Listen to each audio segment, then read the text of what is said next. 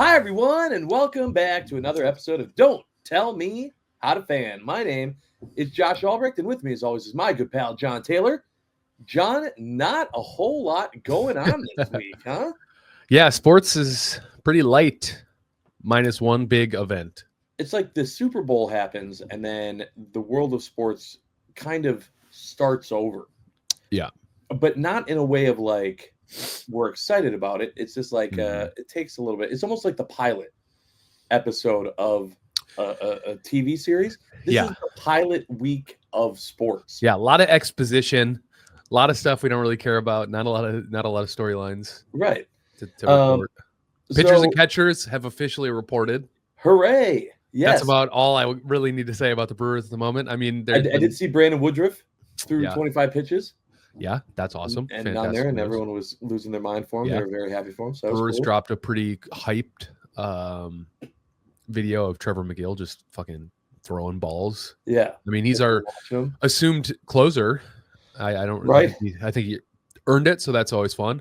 I always said Trevor McGill just kind of looks like a high school bully. You know, he does. He looks like an '80s high school bully. Like he would be the exact age as he now, but we're supposed to think he's like an 18-year-old senior who maybe like flunked freshman year twice or something. Yeah, no one's buying it. He's just dunking dorks into lockers and toilets. Yeah, which is like, you know, I'll take it out of my closer. You know, I guess I don't really care. You know what you look like as long as you're on my team and you're kicking ass. Yeah. So that's your baseball news. Baseball updates. And that's kind of it. The big event was the NBA All-Star Game. And let's not waste any time, John. Let's just get into it because it just happened right before us recording this episode. Mm-hmm. And I want to start by saying, you know how everyone was like, man, the NBA All-Star Game sucks. They're not even trying.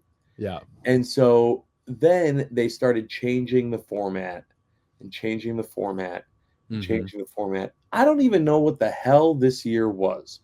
First of all, it was my understanding. Correct me if I'm wrong. It was 4 teams. Yep.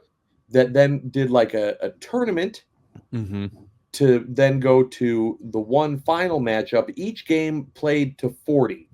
Correct. First team to 40. Yeah. So the billings of the teams were Team Chuck was like the European, the non-American born All-Stars. Yeah. Team Shaq was like, they called them like the OG All-Stars. So it's like the guys who I think had like multiple appearances. Right. And then Team Kenny was like young All-Stars, but not the rising stars. They were young All-Stars. So I think maybe guys who were 1 to 2, maybe freshman and sophomore campaigns in terms of All-Stars. And then Team Candace was the rising stars, which when they put out the NBA graphic, that wasn't even a part of it. It was just the 3 teams. So I didn't realize there was a 4th team. It made more sense. When I first saw it, I was like, are they just going to do like a round robin tournament and then point differential? What's happen here? So what ended up happening, maybe they just realized if they added the rising stars, they could just go like a 1 versus 4 seed, which I think was probably the team.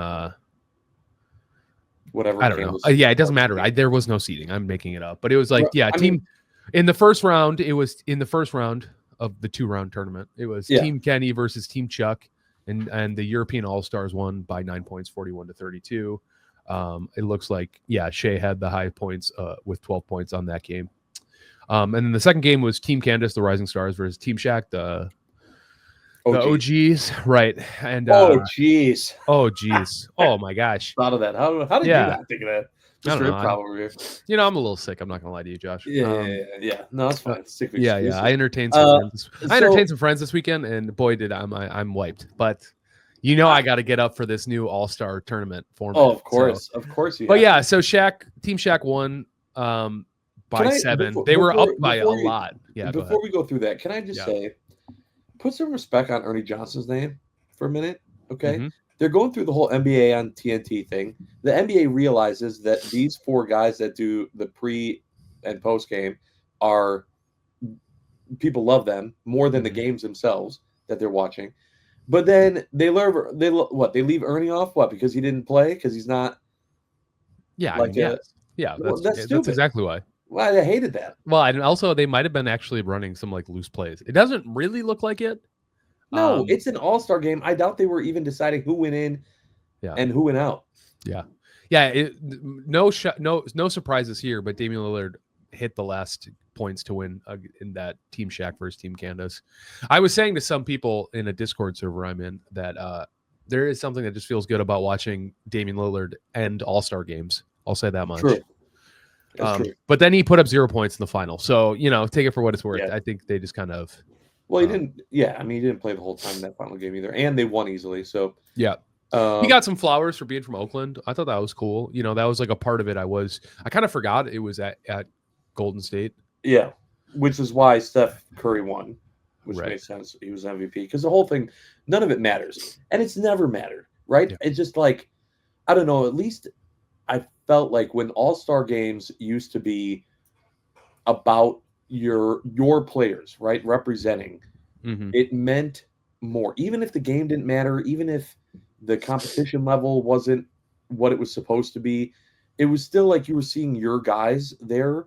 Now it's like there's so much other theatrics. There's these halftime shows. I mean, Damian Lillard was in a 3-point contest, a Mr. Beast contest against some kid that clearly he was supposed to not win, so that everyone could go crazy when the kid made the shot. Yeah. I'm just watching this. I'm like, what the hell is this? This is not an all-star game. You could say that this is all-star weekend stuff, right? They do the other stuff, the dunk contest, all that stuff we're used to. But can we not just keep the game? Like, we can't even do that anymore. Now it's got to be. I don't know. I don't know. Yeah, I don't. It's like every other sport. I mean, the football's going through the same thing. The football, we didn't even talk about the All-Star game for football. Yeah, the Pro Bowl. Yeah, the Pro Bowl. My bad. Whatever. Yeah, that's how much I don't care. I don't even care to call it the right name. I think we've gotten to a point where these contracts are so big and staying healthy is so important that they just can't take them as seriously. And I was thinking about it. I was like, why is the baseball All-Star game the only one that like really rules? And you know why? Because baseball is the only sport you can kind of play casually. And it still is awesome because hitting a ball is still tremendously hard. So if pitchers are even just trying 3/4, the hitters have to be trying 3/4. So there is at least a little bit of gamesmanship there. But I don't know. I didn't hate this format. I thought it was interesting. Oh, I actually kind of liked watching three separate games, even if they all kind of felt the same. It was fun to just have it broken up. You're seeing different players. I will say, I think ultimately it turned into too many people just jacking up threes. I mean, that's like every All-Star game, but when you shorten it to 40, so I'd be interested if they thought they did a thing maybe where they maybe up the point total, and maybe there's just like stretches of time where you can't score threes, like you have to dunk, or you know what I mean, and maybe that would incentivize just some like different looks. That'd be kind of fun, but.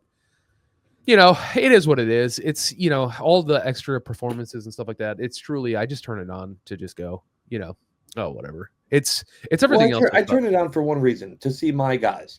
Yeah. Right. So like Giannis obviously was not a participant, calf injury, which sucks. Yeah. But they still introduced him and, whatever, and gave him his flowers. And that was awesome because I love Giannis.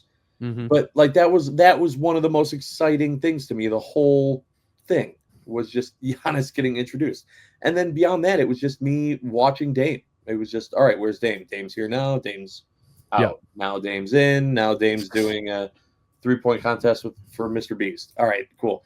Like that was the whole thing for me. And to be honest with you, I guess when I think about it, when I'm watching the MLB All-Star game, I'm looking for my guys too. That's the whole point, is you look for your guys. You want to hear what the announcers are saying about your team, when they're talking about your guys. I couldn't even subconsciously try to follow the format and what the hell was going on. And then there's like entertainment in between games with different, musical acts. And what is this? It was too much for me. I didn't like it. I didn't like it. Can we go back to just the game, please? That'd be great. Be a big fan. So now it's over. That's over. We can get back to basketball and actually caring about basketball. So. Yeah, sadly, no real reports that if Giannis is just going to slide back into starting again, Yeah. So. Yeah, we don't know how, this I mean, so Giannis didn't play. Neither did LeBron. LeBron also with some injury, foot injury or something, was not. He was there, but it was the first time in like 20 years, I think they said that he didn't play in an All-Star game, which is nuts. Yeah.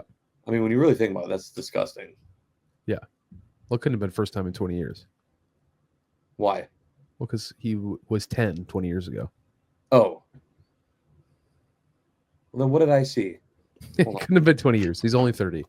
It's been a long time, but unless it was the first time like the number one voted player didn't start. Okay. You can look it up. While you do that, I'll bring up a fact that Giannis just tweeted 4 minutes ago in response to a Front Office Sports 2 hours ago said that Giannis Antetokounmpo's suggestion to improve the NBA All-Star Game. Your question. Team USA versus Team World. And he said they should rotate the host city between the United States and other parts of the world. And he said in a quote tweet, 2027 All-Star Game should be in Rio de Janeiro or some city in China. So he wants to see the game go global. He's been I think that's his new thing. He's been pounding the international drum. And honestly, good for him. The top stars in the league are international. It needs to stop being such a USA love fest. It's an international game now, you know. So first LeBron is 40. Yeah. Oh, I thought you said Giannis. My bad. Nope. That could have been my bad. Oh yeah. And so I screwed this up. LeBron this was his 21st All-Star selection. Yeah. But the first one that he did not play in. Wow. So I was right. So sorry. I thought you were talking about Giannis. And maybe it's because I was reading that Giannis tweet while you said it. That could be my fault. And I'm so sorry. I was like, I'm riveting podcasting wrong about like 90% of what you said, but I always doubt myself with that. So anyway, no, I was right, people, if you're listening. Yeah. So sorry everyone. Just dump the last 5 minutes. That's my bad. LeBron's All-Star selections is old enough to buy a beer. Yeah. He might drink before I do. Yeah, he might. He might do it. And but he didn't play either. So no LeBron, no Giannis, boo. To your tweet, yeah, I mean Giannis has been pushing that super hard. I'm fine with that as long as it's a freaking game. Play the game wherever. I'm not going to it anyway. Yeah, I'm watching it on my TV. I also am so done with these colored courts. The court was so hard to follow. I mean, clearly it was the Golden State colors, but can we not just have like regular courts? I feel like we're trying way too many things at once, trying to see if something will stick to be different. And how about we just try doing a normal basketball and see if that works? Could just try it, maybe, you know? So that's my suggestion, NBA execs. Well, I do wonder if that's part of the angle Giannis is pushing here is if we go play in other cities that hasn't experienced basketball, maybe the guys might be more willing to compete to show off the product to other parts of the world. You know what I mean? You might get more buy-in. Maybe, you know, I don't know. There is something there. It's, you know, like you ever go into Monster Jam, Monster Trucks, Monster Jam, you know what I'm talking about? Oh, yeah. So when you're at a monster truck rally, this Monster Jam specifically, be in between the monster trucks, they do a different act. It's like motocross or something. They do teams. And it's like one is like Team Wisconsin, if that's where they are that week, versus California. And everyone's like, boo, California. And, you know, and clearly you know that the Team Wisconsin one is going to win. And it's like, that's exactly how all of this felt watching the All-Star game. It was like, okay, everyone knew, like Steph Curry was on the OGs. Steph Curry won the MVP in Oakland on a court that was the Golden State's color. Like, I'm just like, okay, so what was the point of what I watched? It wasn't to see the best athletes play, right? I already knew that coming in, that it wasn't going to be to see like an intense game with the best of the best. But now it's not even like I can even pretend to cheer for someone that I'm hoping might win MVP or, you know, do something. I think it would have been amazing to see a bunch of scriboons on Candace's team make it to the next round, even if they didn't make it to the final, right? Just to be like, oh my gosh. And these guys, you know, are done. And then at least you're putting some time out there for these new kids that maybe half of the world doesn't know. Right? That would have been cool. Nah, we just send them right away. Get out of the way for Steph so he can do his thing. Okay. That's been about 10 minutes of complaining about the All-Star game. I think I'm good. Is there anything else I wanted to complain about with the All-Star game? I don't know. I mean, we I could don't talk think so. about, yeah, I don't know. The dunk contest was fine. Mac McClung is a good dunker. It's like a third time. It's what does it say about the league when the best guy dunking could just finally found his way onto Right. to a contract? It's whatever. I don't love that Dame lost the 3-point contest. I don't care that he lost to a rando. That was clearly staged, obviously. He was supposed to lose. He wanted to lose. Why wouldn't you want a random person to win a bunch of money instead of you, a multimillionaire, doing something in between games? So games of the All-Star game. Yeah, so I feel pretty strong about that. Yeah, he said he's retired, so that's fine. I don't know. It is what it is. From the 3-point contest. Yeah, I think he would happily take another All-Star bid, for sure. But get paid. But yeah, that's kind of all I got too. I don't know. These I almost get more excited about the selections of all of the major All-Star and Pro Bowl events than the actual. I'm excited that, like you said, I'm excited that the team gets honored and acknowledged for great play. But other than that, I don't know. Giannis was number 1 overall vote getter. Yeah, right. I will say Giannis is must watch All-Star. He is like the right level of goofy to be an entertainer. He's going to dunk and block. He tries he sets a very real tone. Do you remember the first All-Star game that he was in? Do you remember that? Yes. Oh my gosh, I was so excited to see him in it. First of all, I was like glued to my TV, like, Giannis, here we go. And then he goes out there and he's playing his heart out. And the play-by-play guys are literally saying, like, I don't think Giannis got the message that this is just an All-Star game. And I was like, oh, he's well aware of what it is. He's just built different. But the fact that the announcers felt the need to say that, I'll never forget it. I heard that and I was like, yeah, that's just saying what's wrong with the All-Star game and right about Giannis. I love that, man. Yeah. I love Giannis too. Oh, he's the best. Yeah, anytime they have him mic'd up on All-Star weekends, it's always great too. It's always like pretty hilarious. He seems to really enjoy himself. He is on his Google Pixel a lot, taking a lot of photos. Who knows if something tells me that's not attached to a phone number he has, but he's out there taking photos with his Google Pixel doing his thing, Yeah, that's not his phone. No, definitely not. I'm sure it's an iPhone. How many phones do you think he has? I think he's got an iPhone, and I think he's got a Google Pixel that he's under contract to be seen using in the public. Yeah. Which is good for him. I haven't seen him in one of those commercials, so I gotta get on. It has been a minute. Yeah. Did you see him in the NBC commercial? I haven't yet. No. Oh, so I don't really see commercials anymore. Well, I see commercials with Giannis. If Giannis is in it, I seek it out. I seek out that commercial. Got it. But there was a commercial for NBC talking about how the NBA is going to be on Peacock, and it had Jason Tatum and Wemby and Giannis in it, and I was like, oh, yay, Giannis, there it is. Dishing out a few acting chops there. It gives him a little crap, and it's a good commercial. You should look it up. I will. Anything Giannis does is worth your time. Yeah. But so Giannis is great. The NBA All-Star weekend extravaganza, whatever the hell you want to call this whole thing, was very, very meh minus. And now we're done with it. Yep. But we have just basketball, and then we have pitchers and catchers. That's right. Yeah, I'm very excited. I'm hoping Giannis this week and a half of sitting.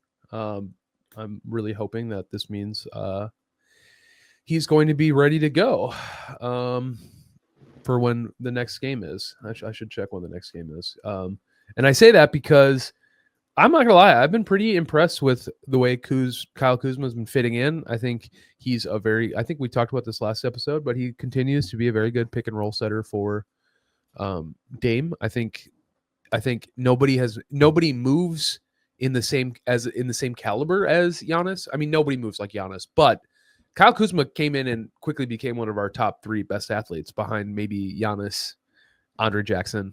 I mean, he's in that avenue. So just seeing how he's going to be able to move around the court, everyone's like, he's just going to have to turn into a catch and shoot guy once Giannis is there. I'm not so sure. People really sell out their defensive positioning. And the Bucks have never really been able to capitalize on that space because of the lack of athleticism. It's always easier to catch and shoot because they're going to close the distance. But there was a couple plays against the Timberwolves where he got a step on somebody and he ran right to the cup, quickly. And I'm very excited to see what that little extra space looks like. So, there's only like 29 games left coming up soon here. So I'm definitely eager to see it. I want to see what does this team look like? What do they look like as the reimagined roster moving forward? KPJ is probably going to get a little more burn. They were still waiting on that Ryan Rollins 2-way contract. That's another big thing. I'm wondering if maybe I thought they would have converted him by now. And I don't know if they're waiting for maybe something different.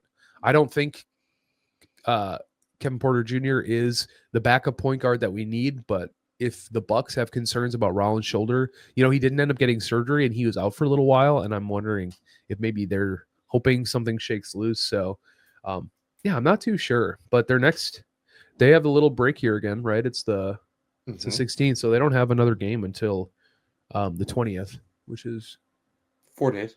Thursday. So they got a nice little break here too. So I would assume Giannis is going to be back, but I haven't heard any reports, right? They just said he was going to be sidelined until after the All-Star game. Yeah. And they felt confident in saying that he wasn't. So my guess is he's going to come back. We kind of talk about it. Everybody talks about this when they talk about the Bucks. I do not need to see Giannis in games in February and March. I need to see games with Giannis in May in the playoffs, because I saw a horrible stat that since 2021, Joel Embiid has been in more playoff games than Giannis Antetokounmpo has been in. Woof. And that's a problem, obviously. So we'll see. I also heard speaking of other interesting Bucks chatter, just how the grass isn't always greener on the other side, or how it used to be green. I loved Coach Bud. It was unfortunate the time he left. You heard the tragedy about his brother passing, but it's not like he's doing great in Phoenix, with that talented roster. So it just goes to show you, man, it's hard to win in this league. You need a lot of things to go right. It's kind of like you just got to keep scratching and clawing and try to figure out unique ways to get involved. So we'll see what that looks like. But I do wonder though, and I wondered this when Dame first joined the team, of just the amount of time it takes to build chemistry on a team in the NBA. Mm-hmm. And the Bucks have been making a lot of moves. They've been doing a lot of things. They're still waiting on players. Do you think in any way, shape, or form these 29 games is not enough? They don't have enough time to solidify something with Kuzma and everything else? No, I think that is enough time. I think that around this time last year, we were kind of having this conversation with getting Chris back and Dame and Giannis healthy, and we were like, is this enough time? I just think Kyle Kuzma's athleticism, and he's just youthful and able to do so much more. I don't think Kyle Kuzma does anything as well as Chris Middleton's elite traits. Let's say it that way. I don't think he has any part of his bag is as elite as Chris Middleton's mid-range game. The way he's a very big three, but he lost all those steps. My point being, I just think the type of player Kyle Kuzma is probably doesn't require as much chemistry figuring out, because he kind of can do a lot of little things. He does a lot of things decent to well, as opposed to excellent. So he's going to be able to figure out where he can get in around Giannis and Dame. And I think what Giannis and Dame have showed is they're both putting up all-star numbers. That's why they were no doubt all-stars this year. So, I always reference back to old episodes, but it's this continuous through line of we traded away Chris. We are a big two, not a big three. And the truth is they're an elite two. So we don't need somebody to come in and figure out how to work alongside them. They need to come in and figure out how to get theirs while enabling Giannis and Dame to keep doing their things. And so I'm excited to see I'm excited to see Kyle Kuzma. I'm not excited to see Chris hit in his Wizards. Right. Isn't his Wizards debut maybe just going to be against the Bucks? Has he played yet? I don't know. I know. It's just sad. I don't know. It's just sad. But he finally put out. Did you see his farewell? Did. Yeah, it was really. I did. It was cool. I don't know. I have mixed feelings about this dude. And you know what? I'm not even going to bring up who it was. Some Bucks internet person posited, why hasn't Chris said anything yet? Is he so mad at the town? Is he so mad? And he finally put something out. So I'm like, at least there isn't that weird rumor. 12 years. He said I was a trade piece and you helped me become an all-star. My dreams have come true. I love Milwaukee. And I think all of that's true. I keep coming back to, go ahead. Can I have one second? Yeah. These posts, okay, Yeah. these goodbye articles, I do not believe for a second that they are the player sitting down. Wow. I can't believe pen you or say paper that. Wow. or even their phone and typing the whole thing out. Okay. It is generalities with a assistant or a PR person or something that make them sound as good as they can in a paragraph and a half. I'm sorry. Any fan that's out there that's like, this is straight from the heart of this person. Sure, it's their words, but like, I'm not gonna read every single word into scripture of what Chris Middleton is saying. Sorry to burst that bubble. Okay, continue.